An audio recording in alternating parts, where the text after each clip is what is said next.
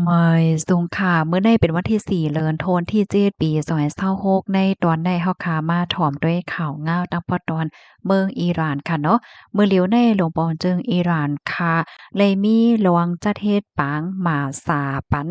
ผู้นำเก่าสูงสุดยาดอนเลาะอาลีคาเมเนอี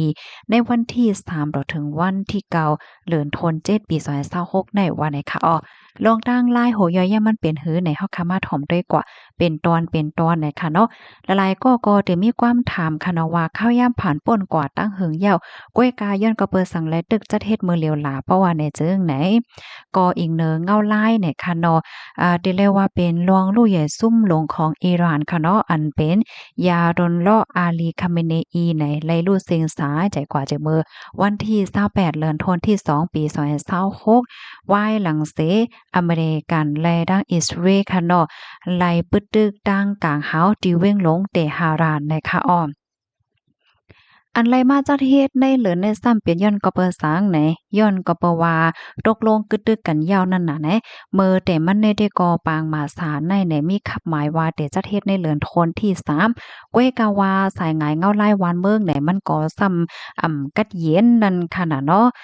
เป็นปางตึกว่าสร้างไว้เฮ็ดจังไหนเสยาก็ไหนจังไรค่ายมาเสจัดเฮ็ดในเหลินในว่าเฮ็ดจังไหนคะกำแน่เฮาขามาโดยขับหมายระวังตรงหนึ่งในปางหมาสาในเนี่ยค่ะปางหมาสาในเดจัดเฮ็ดหนังยึงใหญ่ค่ะตาข้าวตั้ง1วงเนี่ยค่ะเดมีระวังเอาคาบโตในคณะลัดผ่านหลายตีหลายตั้งค่ะที่ในเมืองอิหร่านอิรักเปิดตาให้ก้นวันก้นเมืองในจางแหนฝางหางระวังมองใจเนี่ยในวันที่3ต่อถึงวันที่4เลินทนที่7ในค่ะก็แต่ปางในฝั่งหางลองมองใจหนังเป็นตั้งกันตีปื้นตีอิมานโคไมนีนะคะที่เว้งหลงเตหารานเฮ็ดจังไหนคะวันที่5ต่อถึงวันที่6ใน3ไหนเตแห่กว่าที่เมืองกุมค่ะอันเป็นศูนย์กลางศาสนาของอิหร่านในวันที่7 3ในเตแห่คับโตในกว่าที่เมืองนาจาฟและคาบาลาเมืองอิรักนะคะเปิ้นตีที่นั่นไหนเป็นตีทอดแมตของนิกายชีอะไหนวันที่8ต่อถึงวันที่9เดือนธันวาคมเจ็ดซ้ำไหนเตเอาคับโตในปอกมาขึ้นตีเมืองมัสฮัดนะตั้งปัวเจิงห้องวันออกของเมืองอิหร่านนะคะปยก็เตฝังกว่าที่นั่นนะคะนะได้ฟังกว่าในปื้นตีอันมีชื่อว่าอิมาเรซานะคะที่นั่นก็เลยฮู้ว่าเป็นที่วันเกิดวันเกิดของผู้นำสูงสุดเกาะเก่าในเฮ็ดจังได๋คะคาล่ำว่าได้มีก้นตั้งนำตั้งหลายหมอก15ถึง20ล้านในมาเข้าโฮมนะคะเมื่อเหลียวในทางฝ่ายภูมิพลพรเขาก็หังแฮนรับมือค่ะนะอยู่ที่ผู้โรงเรียนเขาคาล่ำว่าได้มีโกนตั้งนำตั้งหลายลงมาหลายตีหลายตั้งเปิงลงมาในได้ก็อิหร่านอิรักอัฟกานิสถานปากีสถานและจังไหนมาเข้าโฮมปางนั่นน่ะเนาะโหนับก้นได้ก็ได้มีนำถึง15ถึง20ล้านก่อจังไหนคะก็ตั้งฝ่ายภูมิพลพรเขาในก็ไล่หางแฮนหับมือปอกำใหญ่ค่ะนะตั้งฝ่ายหลวงปองจึงนั่นไล่สั่งอบขนมปังแน่แจกปันเนาะตั้งนำมาใน50ล้านอันในปยก็ได้มีโครงการในกว่าจ้องเป็นตีเฮ็ดแหน่นะหนังเฮือซ้ำบ่ได้จ้างยินแมงแจกปันไลหนังคึดตั้นในค่ะปยกสังหางแฮนมัสยิดในหาเหงตีโคมบ่ถึงโรงเรียนเถียงเจ็ดปากตีในเว้งหลงแต่หาร้านเปิดตาฮับฮ้องก้นตีอันเปิ้นมาเข้าโฮมเฮ็ดจังไหนมื้อเหลียวในซ้ำเป็นข้าวฮ้อนค่ะเนาะเลินโทนที่เจ็ดในตีเมืองอิหร่านเนี่ยก็ได้เรียกว่าเป็นขิงข้าวที่อันฮ้อนเฮ็ดจังไหนเนาะตั้งฝ่ายลงปองจึงไหนก็ไล่หางเฮียนไว้โคสิทธิ์นำในคณะเปิดตัดรถย่อมเลยลองตั้งไม้ในหมอกโคกเหงตีจังไหนคะเปิดตาให้กลางอำให้ก้นวันก้นเมืองในเป็นลมแหลดเฮ็ดไหนนั่นน่ะเนาะกำในเฮาค้ามาต้วยเที่ยงตีนอกวันนอกเมืองค่ะลูมีผู้หลายภัยเด็กเข้าโฮมพองไหนมื้อเหลียวในก็เลยฮู้ว่ามีโตแต้นว่าที่เป็นเมืองแขเนาะเมืองอินเดียรัสเซียกาตาร์และดั้งฝรั่งเศสนะคะไล่รับลิกพิษหมอกค่ะปยก็ยืนยันลวงเข้าโฮมในปอกกำในเหย้าจังไหนค่ะ กำในเฮาค่ะมาด้วยในตอนของการการเมืองค่ะเนาะมื้อเหลียวโตตั้งโลกลมฟ้าเปิ้นก็อ่อนกันปักตาไปด้วยอยู่เฮ็ดจังไหนคะอ้อเนาะอิหร่านในค่ะก็มีระวังตั้งใจที่จะเลิกจัดเฮ็ดปางหมาสาเป้ากำใหญ่ดีในเวียงหลวงเตหะรานในวันที่4เดือนธันวาคมที่7เนี่ยค่ะอันนี้ก็ซ้ำแม่นยากันตั้งวันวันจัดอเมริกันวันลอดแล้วเศร้าขอนะคะเนาะแม่นยาใส่วันนั้นลิลีนะคะในก็เปิดตาแหนฝางหางให้ผู้นำอเมริกันและเมืองวันตกและรับรู้ว่าหลวงอุเปิงพ่องำของอิหร่านนั่นก็ยังตึกมีรองแก่นแข็งแรงกึมอยู่เฮ็ดจังได๋อ้อกำในมาเที่ยงค่ะหลายๆฝ่ายก็ปักตาไปด้วยโพนำก่อใหม่นะคะเนาะเปิ้นก็ไปด้วยคะเนาะว่าโมจตาปาคาเมเนอีอันเป็นลูกจ้ายก็สืบทอดอาณาอำนาจตำแหน่งตั้นเฮงก่อใหม่ในจ่องเตยอมป้าแหนโตต่อหน้าก้นตั้งน้ำในปางมาสาก็เป็นปอหือเนี่ยเนาะย้อนก็เปิดเลยครับผู้ว่ามั่นใจนั่นเลยครับลองตั้งหมัดเจ็บไว้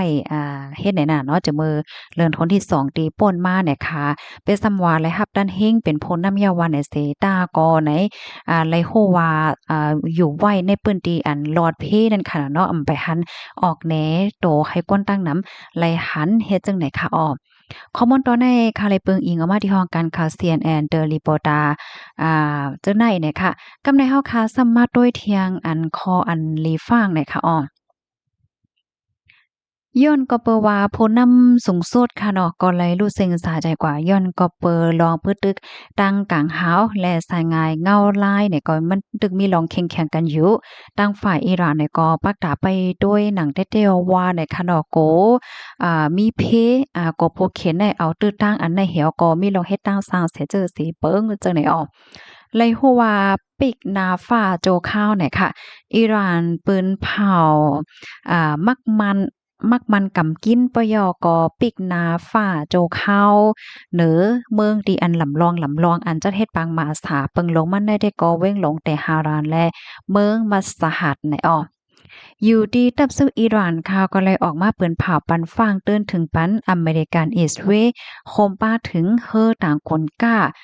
ต่างน้ำมันไหลเจ้าในว่าห้ามใจเส้นตั้งในหว่องแก็บฮอร์โมสลอยดีอำไลหับขว้างในข้าวคิวในและห้ามอำให้มีลวงปึดตึกอีสางเสมียวให้มันเกิดขึ้นนะคะปยก็มีลองหลอกเงิดป้านั่นค่ะเนาะสังว่ามีลองเฮ็ดตั้งสร้างสังเสเปิงๆได้ก็เตตอบเตี้ยนหนังเฮาๆแห้งๆกำเหลียวเฮ็ดจังได๋กำแน่เฮาค่ะสามารถถ่วมได้แทงตอนหนึ่งอันก้นตั้งนำไม้ใจแทงได้ซ้ำลองเหยียบกันไหนอันได้ยาวเป็นลองดีหรือไม้ใจเต้ๆเนี่ยค่ะย้อนก็เพราะว่ามันยามมีปืนค่ะเนาะเมื่อป่นมาในปางหมาซาโพน้ำจันทร์ทรงอิหร่านในเนี่ยก็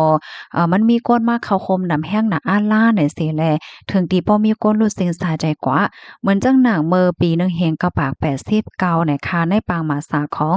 ยาดอนล้อ โคไมนีเป็นโพน้ำเก่า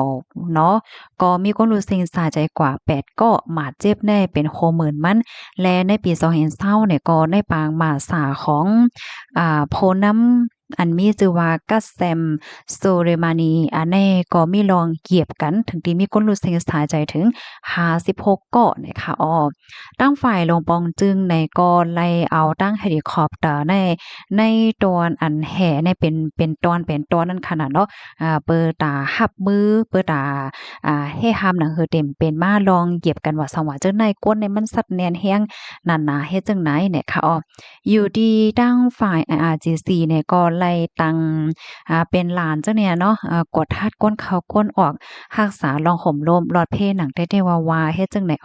ฝ่ายหนึ่งก็ไฟฟ้าราสีในมันฮ้อนไหมแห้งหนาอาลาค่ะย้อนก็เปอว่าเลินโทนที่เจ็ดในเป็นพ้องตีอันมันฮ้อนไหมเคียงแต่บางทีบางวันในเป็น40 ดีกรีเซลเซียสจังไหนลูกกวานเฮ็ดจังไหนยาวค่ะ เลยฮู้ว่าเมืองหลวงในขณะก็มีล็อกดาวน์เฮ็ดจังได๋คะอ้อตั้งฝ่ายหลวงพองจึงเขาในเนาะก็ไล่เปิ้นเผาให้เว้งลงแต่ฮารานเมืองก้มแลมัสหัดแหนเป็นวันลือนั่นน่ะเนาะเมื่อพ้องตีอันมีปางหมาสานั่นเฮ็ดจังได๋ค่ะก็สั่งให้เสียงล้านก้าณการต่างงานว่าสว่าเฮ็ดจังได๋ก็ให้กึดในค่ะเนาะอันมีหิมเส้นต่างตีอันเตจัดเฮ็ดปางหมาสาย่อก็อันมีลองแห่ลัดผ่านกว่าว่าสว่าจังนั้นนะคะอ้อก็ให้ปิกโจข้าวเฮ็ดจังได๋สังว่าแม่นตื้อกำเฮ็ดจ้อมหนังคอเปิ้นเผาในก็เตย่าตามเฮ็ดจังได๋คะอ้อ เส้นตาสายตั้งละลายสายที่ในเว้งหลวงกอถุงหญ้าปีกค่ะยอกอป้องพองกลางคืนก็มีฝ่ายห่มลมเขาตั้งหลานแหก็ท่าเทศจังไหนค่ะนะเลยฮู้ว่ามีก้นอันอยู่ไว้ดีในเว้งหลวงเตหาราในอ่าเนี่ยค่ะว่านะเขาก็เลิกดีเดซื้อไหวโลดไหวก้าออกข้าวตั้งก็อยู่ต่างเจตวนตั้งปอตอนเนื้อเนี่ยค่ะเปิดตาเงิงลองก้นน้ำแห้งหนาอาลาลองสุกยุงโอนเก้า และแล้วบางเตื้อก็ไม่ใจลองข่มโลมนั่นน่ะเนาะบ่ฮู้ว่ามันได้เกิดขึ้นเป็นอีหยังว่าซังว่าเจั่งใดแหวก็อ่อนกันเงิงก็อยู่จ้อมต่างวันต่างเว้นจูข้าวเฮ็ดจังได๋ก็มีแหน่ค่ะพี่น้องเฮาเขาถ่อมข่าวคนในยาวหันถึงจึงหือพองเนาะก็ปันตาหันถึงมาเลยค่ะในก็เป็นสายงานเงาลายตั้งปอดตอนเมืองอิหร่านในค่ะอ้อยินจมกูก็ดีรับถอมปันแห้งค่ะอ้อไว้ทรงค่ะ